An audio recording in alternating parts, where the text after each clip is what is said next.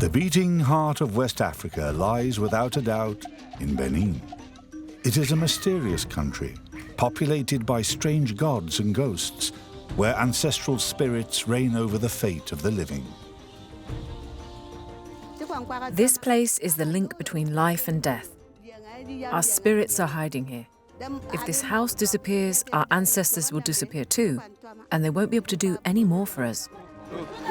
Armed with a powerful spirituality, these men and women are fighting to protect their heritage. They are the Sentinels of Benin.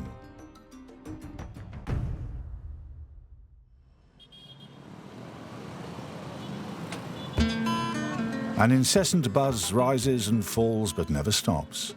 Porto-Novo, the capital of Benin, wouldn't be the same without the toing and froing of its motorcycle taxis or zemi-jean. Zemi-jean, meaning get me there fast in the fun language, is a popular form of transport despite the threat they pose to passengers and pedestrians of both the two-legged and four-legged variety.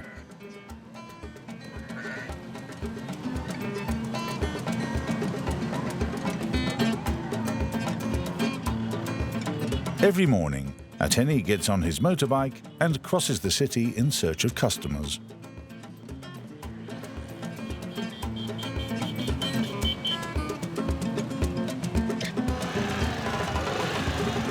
Hey, how are you? Good. I want to go to that crossroads over there. How much do you charge? 200. Come on.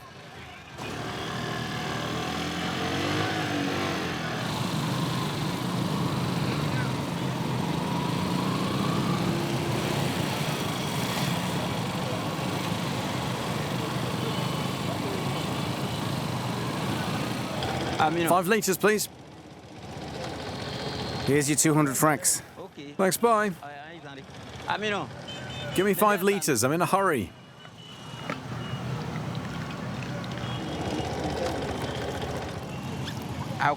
There's no oil in Benin, but Nigeria has vast reserves. Benin's unemployed buy cut-price fuel on the other side of the border and bring it back here to sell. The service stations are too expensive. We Beninese, we can't afford it.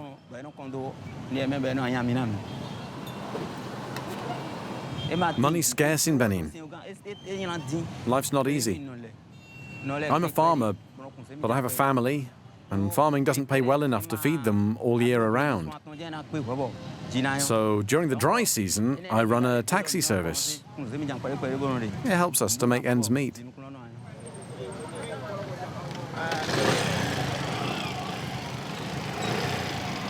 What's good about this place is that Porto-Novo is a cosmopolitan city that attracts people from all over Benin, and even foreigners.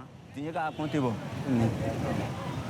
are lots of old colonial buildings, but also hotels and restaurants which bring together people from all over Africa and the rest of the world. I'm really proud of my city.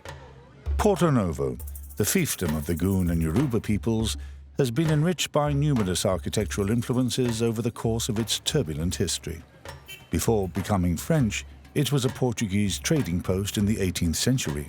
Slaves were carted off to Brazil from here in their thousands. The majority of them were Muslim, and they took their God with them to South America. After the abolition of slavery, some of the slaves' descendants crossed back over the Atlantic to settle on the land of their ancestors. These Afro-Brazilians built this Baroque mosque by hand, modelled on Salvador Cathedral in Bahia. With just one difference. The Great Mosque is topped by a crescent instead of a cross.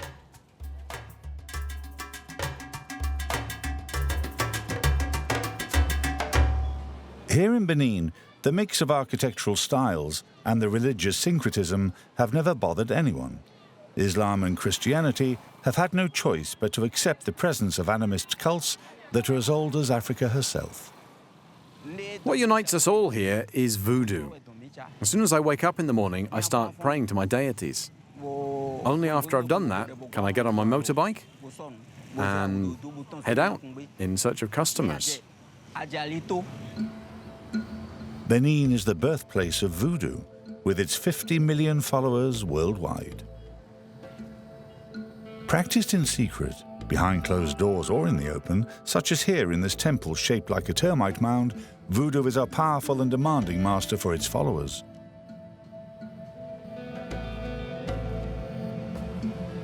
Aténi is a high-ranking initiate. He plays a crucial role in his own Voodoo community. Summoned for a ceremony, he leaves the city centre to return to his village on the outskirts of Porto-Novo.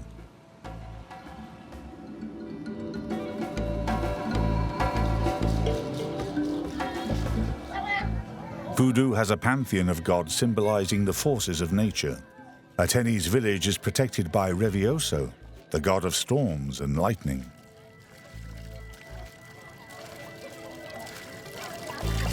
Reviosso, sometimes represented by a ram, is invoked several times a year by the villagers.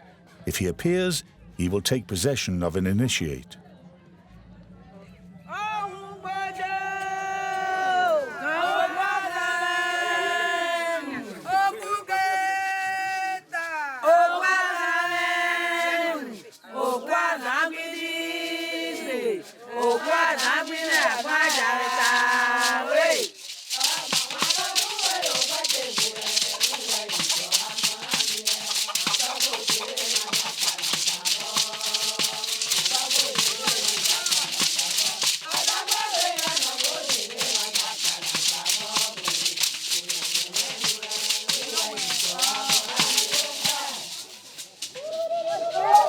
Sukluno, the village's voodoo priest, leads the ceremony. He is assisted by cult leaders from the surrounding area. Oh, Reviosso, your children haven't come to worship you empty-handed. Have mercy on us and grant us longevity. May any enemy who decides to persecute us find you blocking their path.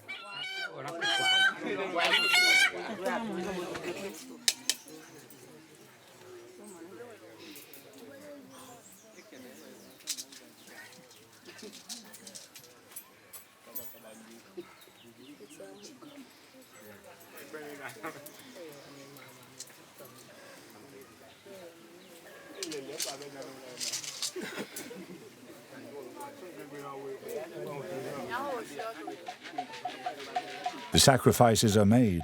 Voodoo musicians signal to their deity that the ritual has been completed.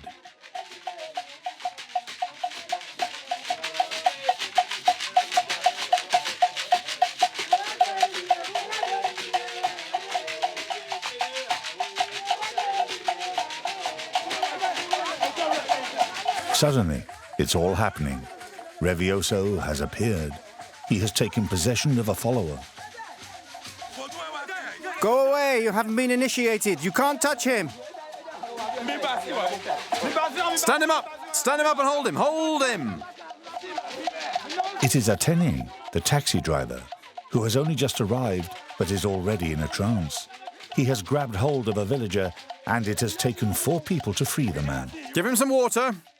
The trance is dangerous. Only a few well-prepared initiates can serve as a receptacle for the powerful voodoo god.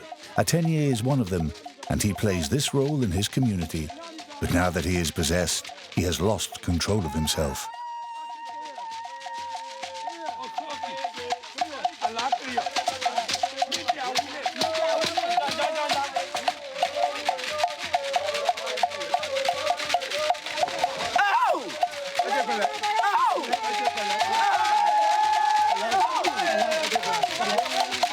The priests have dragged him to the sacred hut to prepare him for the rest of the ceremony.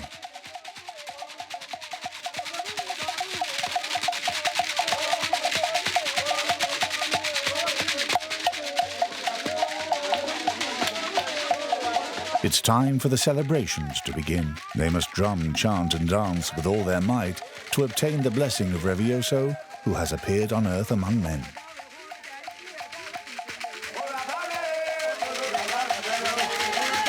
A purple loincloth, the colour of lightning, and the straps on the costume symbolize the bonds between the possessed man and his god.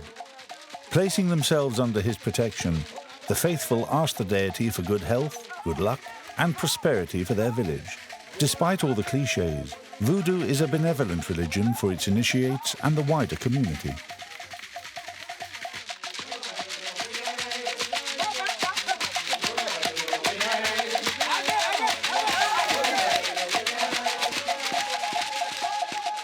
Now that the spirit, the strength, and the soul of the lightning god has entered Aténi's body, he no longer knows what is happening. If you meet him later, Aténi will tell you that he doesn't know what happened. If you ask him and say to him, "But you were dancing just now," he will just reply, "Pfft."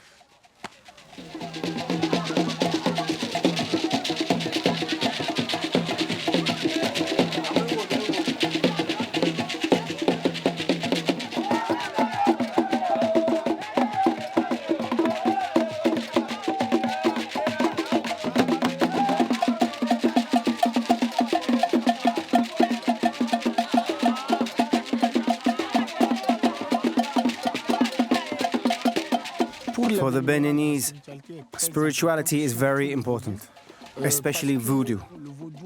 Because Voodoo embraces rich and poor. It embraces young and old. Voodoo brings together the different strata of society.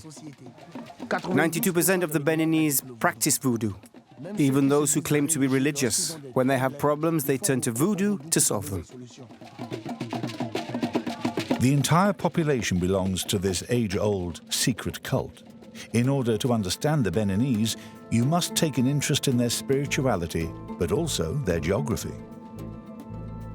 Situated in West Africa, Benin is a small, narrow country covering a surface area of 115,000 square kilometers. Its 10 million inhabitants are divided into 40 ethnic groups spread across the country. In the north, a swampy, hilly region populated by farmers and shepherds, live Muslim nomads, such as the animist Somba or Fuller people. The south, with its Atlantic coast, has the greatest concentration of Beninese people, the majority of whom are Fon. The boggy plain is strewn with mangrove swamps, lagoons, and lakes. Cotonou, the economic hub of Benin with its 700,000 inhabitants, stretches along the banks of Lake Nukwe, which is connected to the Atlantic by a long channel.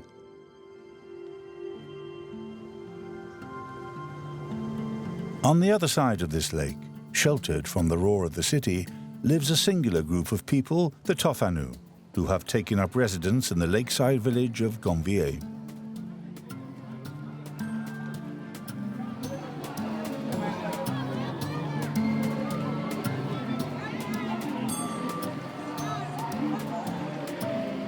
"50,000 Tofinu live on the water's edge in Ganvié. They have their own language. Fishing is their only resource, and pirogues their only mode of transport.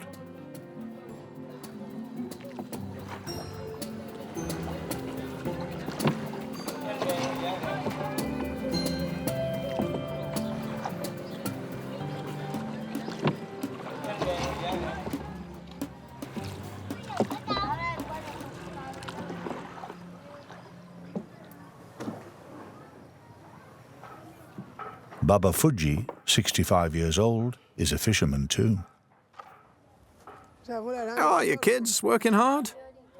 Yes, thanks. I've finished for the day. Welcome. He divides his time between his two homes on stilts, each housing one of his two wives and their respective children. The wives meet regularly to discuss important family business. Baba Fudji is going to bring in the fish tomorrow. Yes, he told me. Will you come and sell it with me? All right. At the market, we could enlist the help of other women.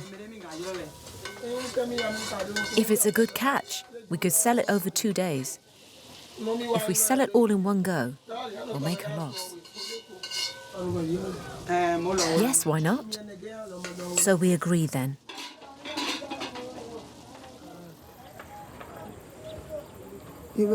Look closely, Hubert. Check the net for holes. I'm getting old. My sight isn't what it used to be. Here. There's a hole there. Watch how I fix it. You thread this through here, and then you do it again. You see? Baba Fudji has 6 children, but it is Hubert, aged 12, whom he has chosen to be his partner and successor in the art of traditional fishing. Any father who brings a child into the world wants that child to surpass him. I want him to learn well and to continue the tradition. I must pass on all that I know so that he can enhance the family's reputation. Early Tofinu people settled here because they were pursued by the Adja people for slavery. They found refuge in the middle of the lake, thanks to the deities that protected them. This is where they found peace, so they called this place Ganvie, which means I was rescued here.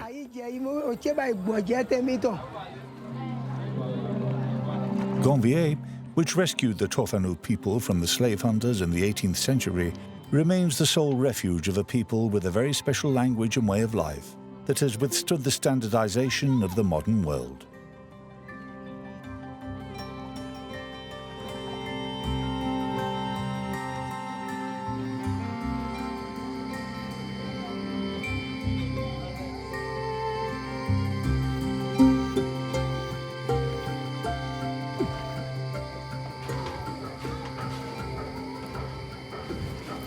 Hubert, wake up. Time to get up. Come on.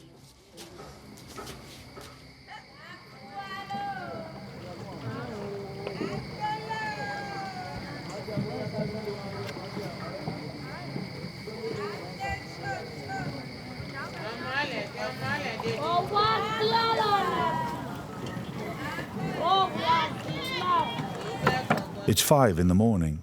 The floating market at Ganvié is in full swing. The fishermen come here for supplies before their working day on the lake.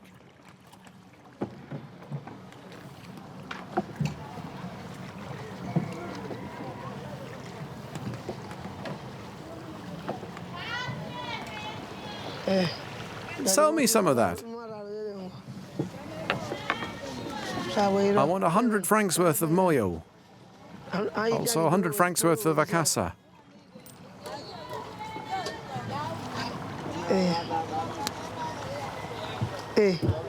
Wait, and I'll pay you.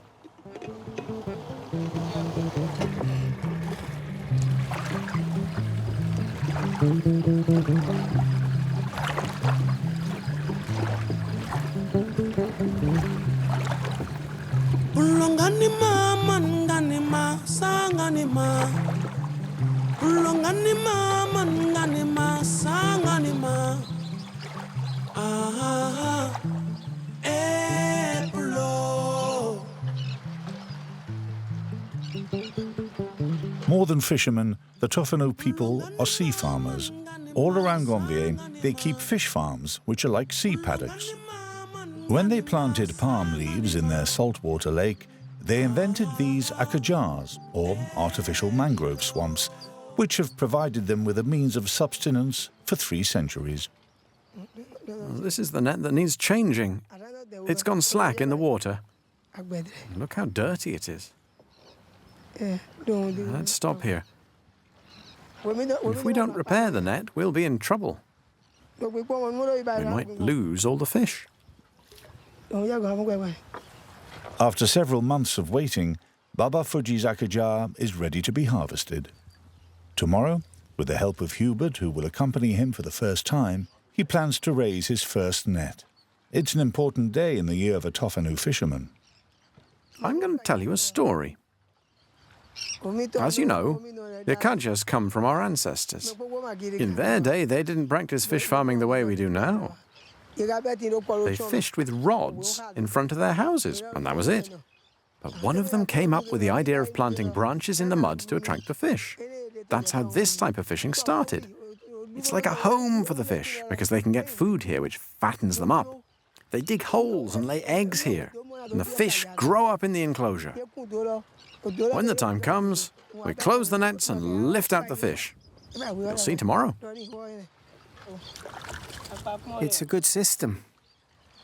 When they're not working on their akajars, the Tofinu people fall back on subsistence fishing. It's a technique called casting. Oh dear, I didn't cast that very well. That's no way to pass on the skill. And there's nothing in it.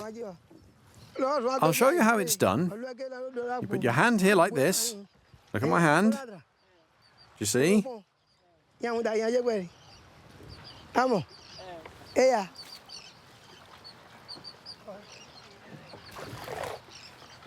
you see that?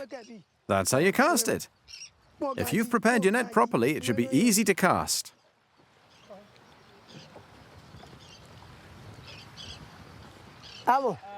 Look, if you gather it up wrong, the fish will escape. This is like school. You should get a diploma for casting nets. Go on, Hubert, you take your net. Show me how you cast it.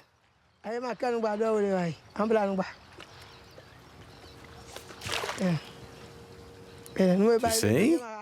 You didn't prepare your net properly. Careful. I'm not sharing my fish with you.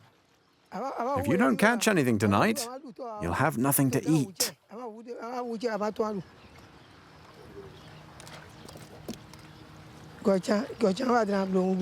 Go on, try casting it here now. It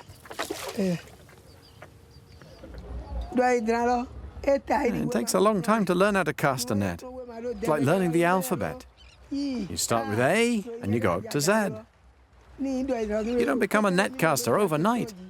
It takes a lot of skill and patience.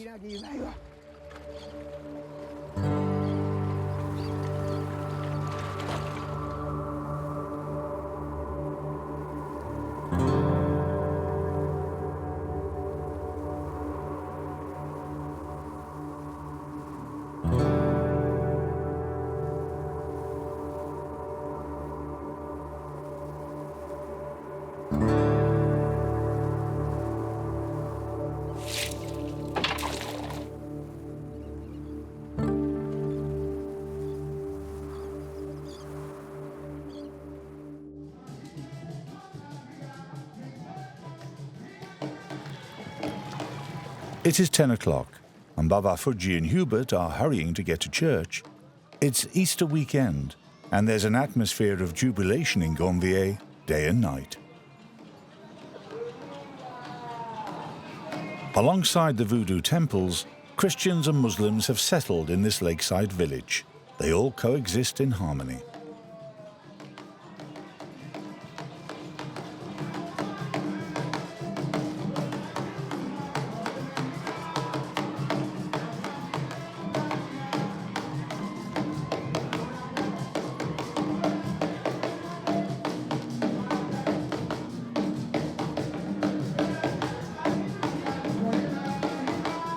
Weaving strong ties at the heart of this community, it is spirituality that keeps the Tofinu traditions alive.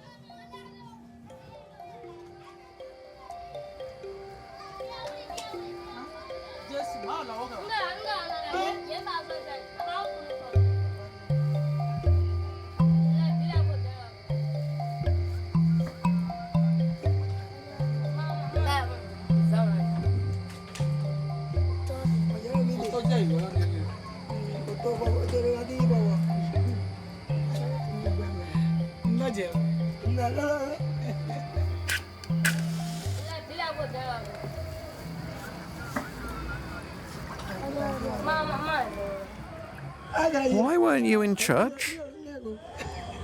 You were outside, running around, instead of staying inside with me. Did you see how we danced? We clapped our hands. Did you see? You should have stayed in church with everyone else and clapped your hands.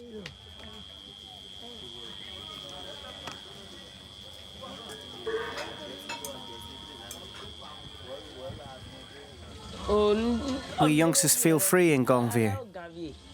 On my days off, I go fishing with friends. We earn a bit of cash.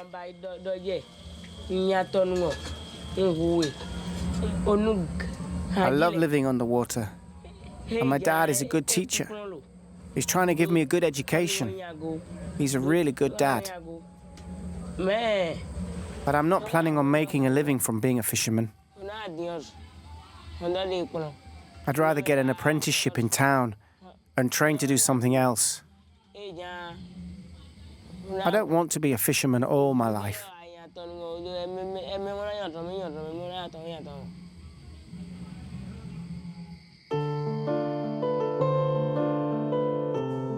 The big day has come. The men have already tightened the nets around the part of the enclosure that they plan to harvest today.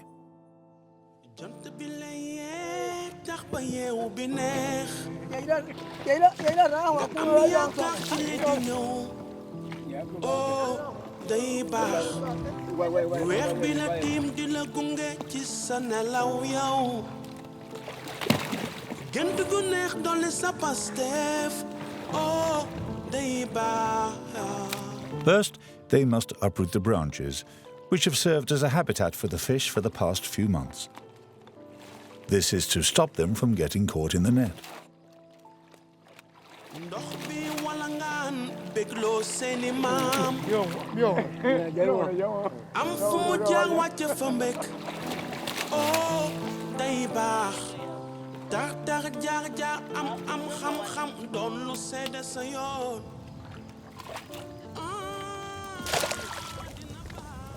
Check the branches thoroughly. We'll keep the oysters. We'll rinse them and put them to one side. We can sell those at the same time as the fish. You've been fishing with us since you were born. Your father says you don't want to make a living out of it. I'd rather do something else. I thought I might be a hairdresser. You know, Hubert, the new rope is woven from the end of the old rope. That's our tradition. We've inherited it from our parents. If you don't pass it on, what are your children going to do? If I ever have any children, I'll let some of them be fishermen, but I'll send the others to school. That's what I would have liked for myself. Being a fisherman isn't for me.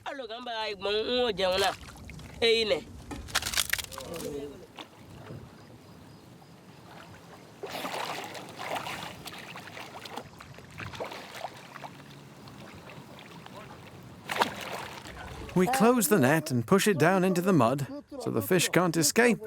We close it gently until we can lift it out of the water. It's not easy because the water's cold and the oysters cut our hands and feet to shreds. Not everyone can do this work. It's very challenging.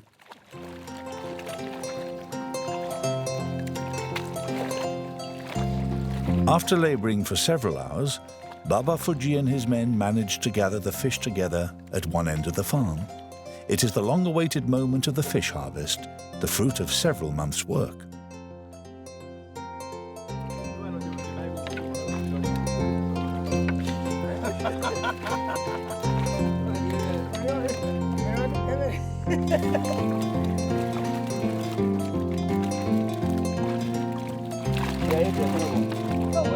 Adulthood, one of Baba Fudji's wives, is in charge of picking up the fish and taking them to the market to sell.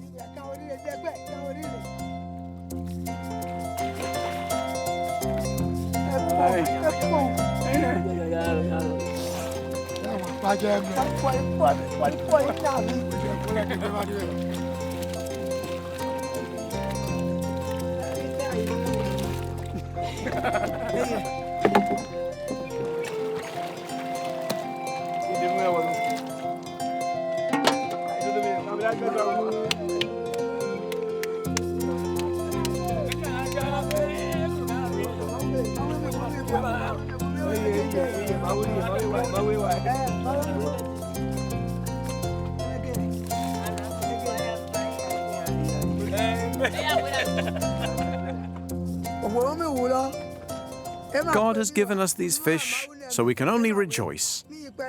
And this is only the beginning. We plan to harvest all the fish, little by little, and we still have a month of fish farming ahead of us. Today's catch has been very good. It's a good omen. I'm really happy. Thanks to these akaja, the Tofinu people in Ganvie have found a way to preserve their identity for some time to come. Their future now depends on a generation which dreams of a life elsewhere and an easier way of life.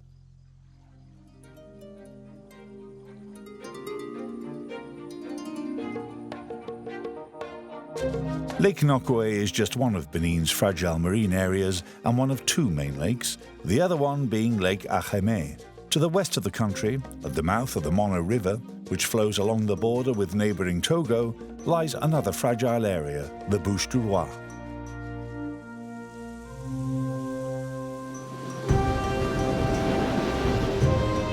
This protected 10,000-hectare estuary is an important stopover for migratory birds and the site of one of Benin's main mangrove swamps.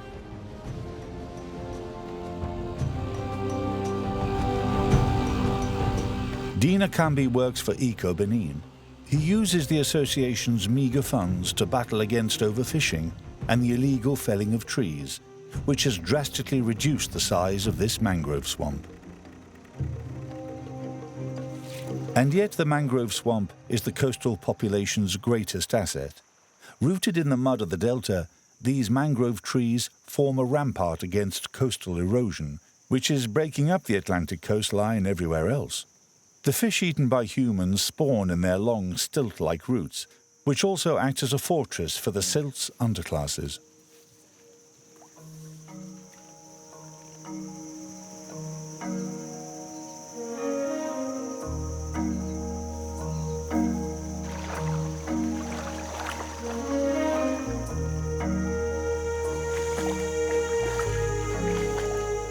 How can we convince the fishermen at the Bouche du Roy to protect their mangrove swamps? Perhaps by seeking inspiration from the past. Benin's forests are regarded today as sacred relics, either because they are inhabited by deities or because they offer resources used by the deities in various ceremonies. These forests are still here today because people's beliefs have stopped them from chopping down the trees. That has really contributed to the conservation of these forests.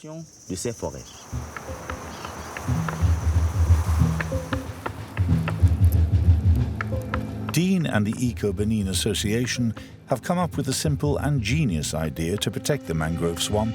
They have declared it sacred. The Bouche du Roy region is one of the bastions of Voodoo in Benin, and everyone respects the authority of the Voodoo priests or Agbenon.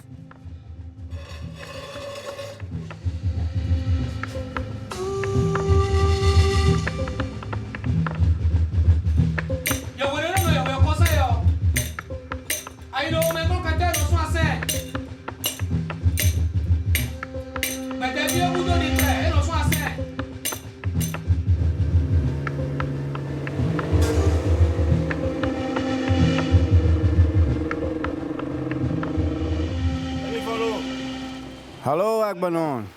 Greetings. How are you? Wide awake? How are the preparations going? Everything's ready? Everyone in the village has been informed? Yeah, everyone's waiting for you. Is it going to happen over there? On the other side. Fine, I'll follow you.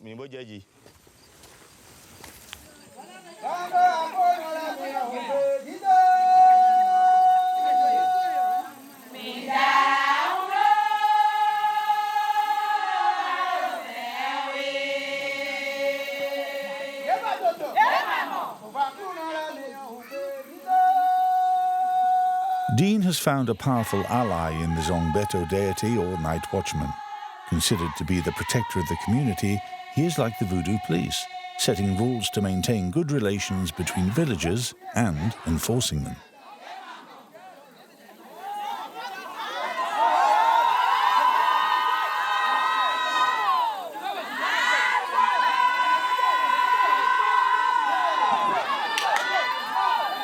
The deity is embodied by masks, which are brought out at the request of the priests. Reputed to be violent, Zangbéto instills fear in believers and a respect that is maintained by regular shows of strength in the form of small miracles.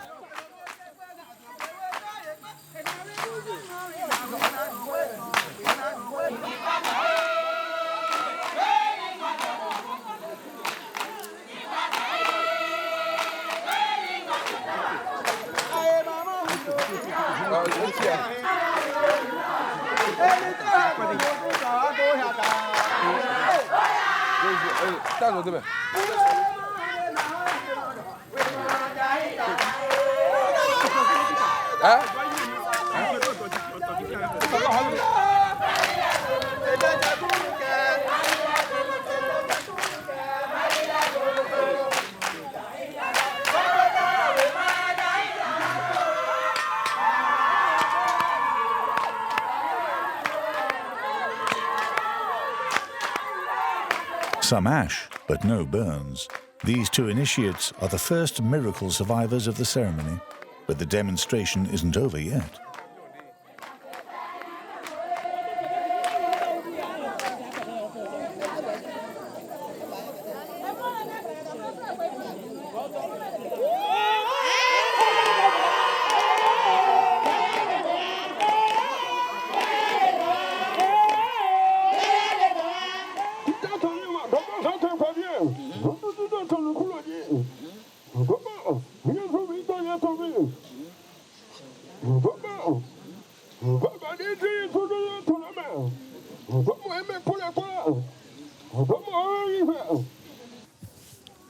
The deity has spoken.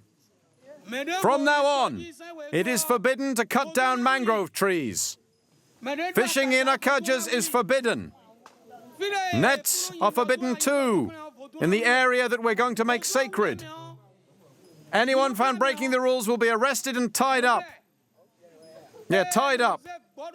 They'll have to donate a sheep or a pig. They'll have to pick up a basket of gnats and a basket of mosquitoes. And on top of all that, they will have to pay a 120,000 franc fine or 80,000, depending on the mood of the deity. Zangbéto has spoken, and it will be the deity's followers, spread all over the Bouche du Roy area, who will enforce the rules he has announced.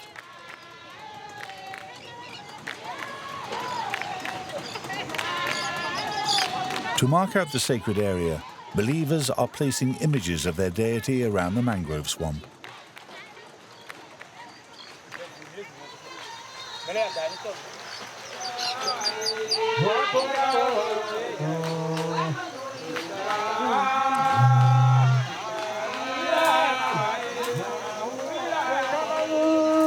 The place is now sacred. No one will dare to cut down the mangrove trees or fish the 500 hectares of sacred mangrove swamps. Gods and humans have united and become the sentinels of their natural habitat.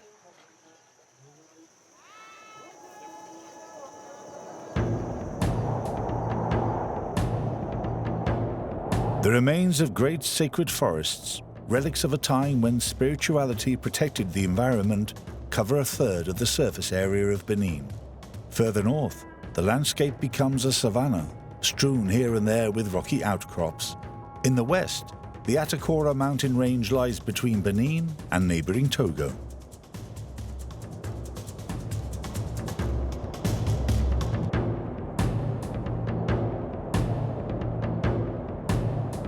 It is in this dusty region, battered by the Harmattan desert wind, that the Somba people live. From an ancient past, when tribal wars were a regular occurrence, they have preserved their habitat, strongholds called Tata Somba.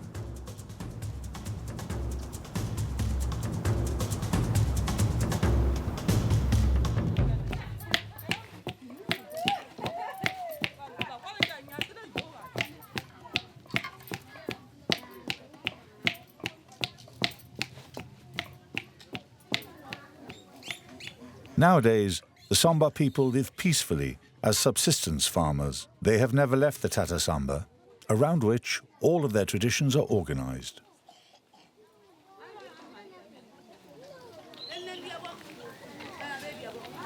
The local landlord, called Basai, is also the community's healer.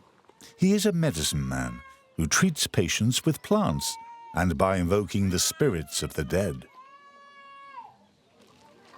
These anxious parents have brought a young girl suffering from malaria to see him.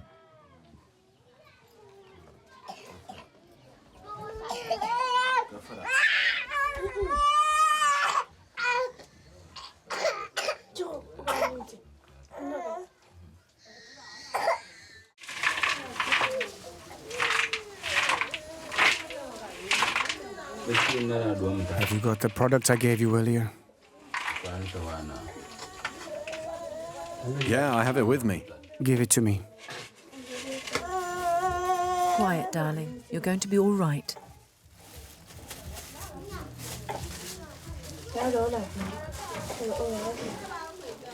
Add this powder to a bowl of stew and make her drink it. Do that for 7 days and then come back so I can see if she is cured.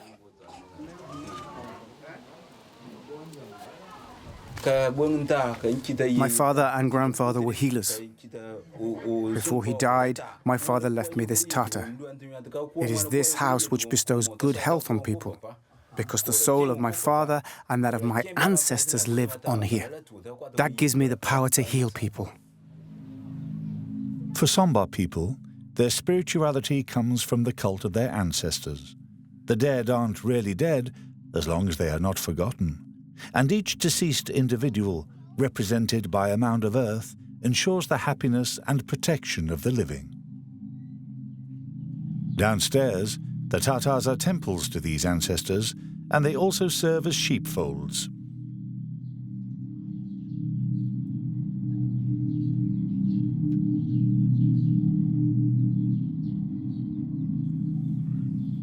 The roofs, which once contained bedrooms, now serve as grain stores for the winter.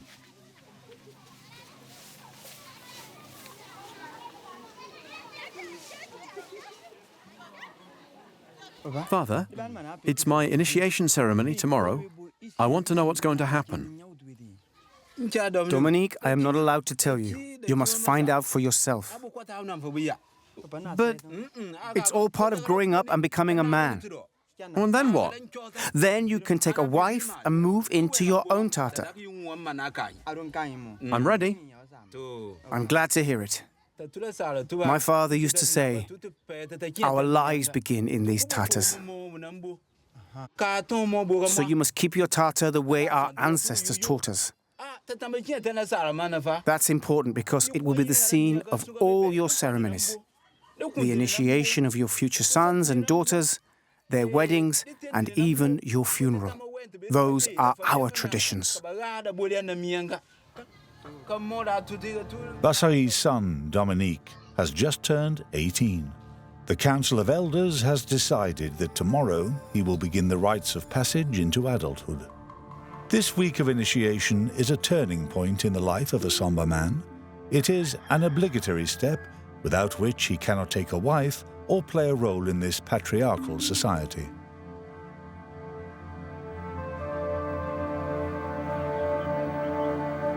When the time comes for him to leave, Dominique knows that he is engaging in a process from which there is no return.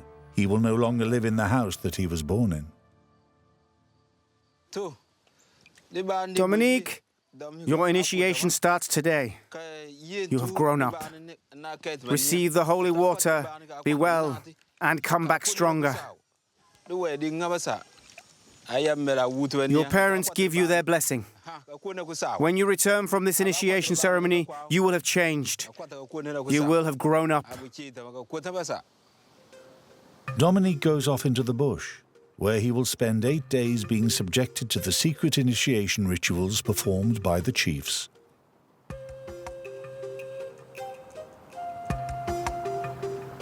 Meanwhile, everyone busies themselves doing up Dominique's new home.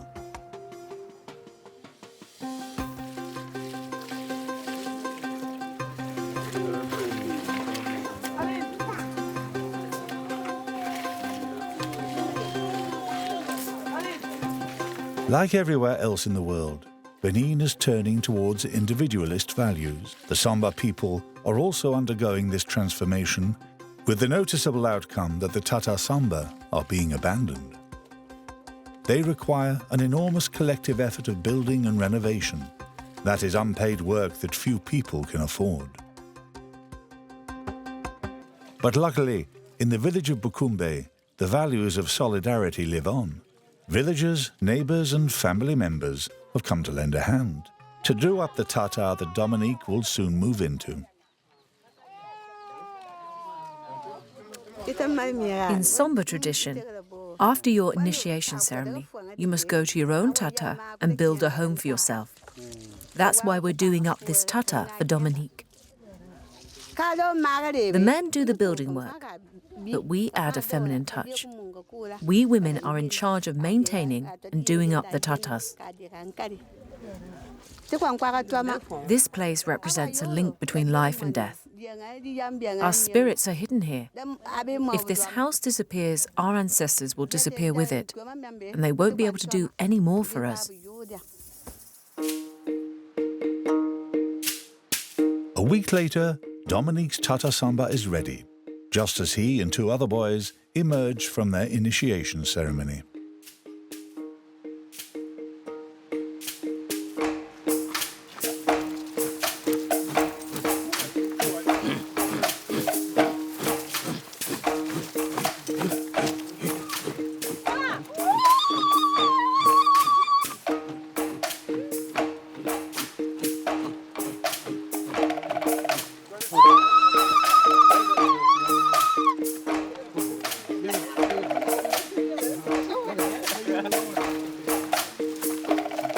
The adults take it in turn to carry the initiates on their shoulders before placing them on the ground to symbolize the passage to adulthood. From this moment on, they must stand on their own 2 feet.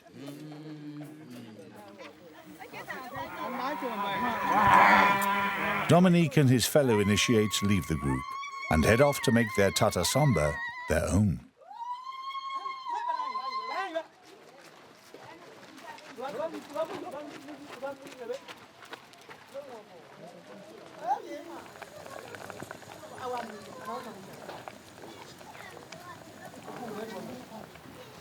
As a hangover from past wars, Dominique climbs onto the roof and scours his surroundings for enemies. From today, it is down to him to defend his home and his land.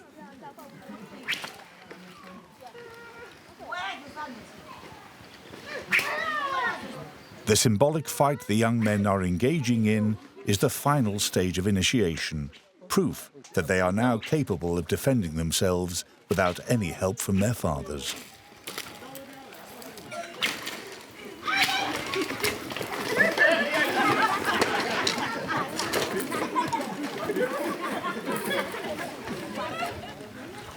It is traditional for them to share a beer afterwards, to mark the end of the fight and a newfound friendship amongst the young initiates.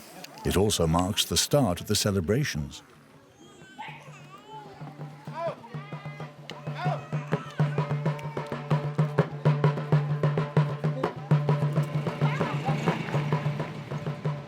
I'm very proud of this celebration. When it is over, my son will be free. He has not transgressed once during his initiation. He has passed all the stages without failing. That makes me very happy.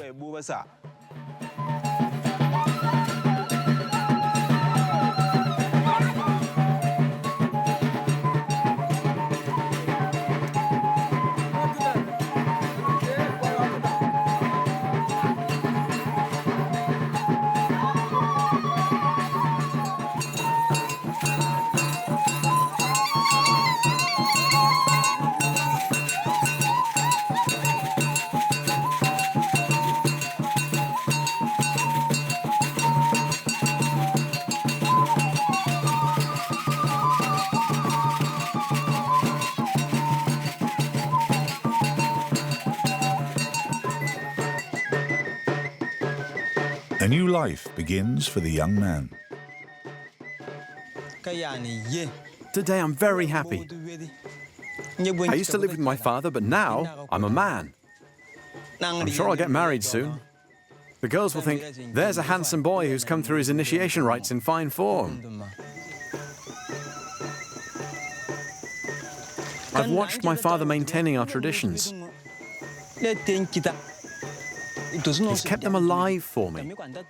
And in turn, I'm ready to spend the rest of my life defending our land. When I bring a child into the world, I want to pass on all this knowledge. And that child will preserve the house of his ancestors too.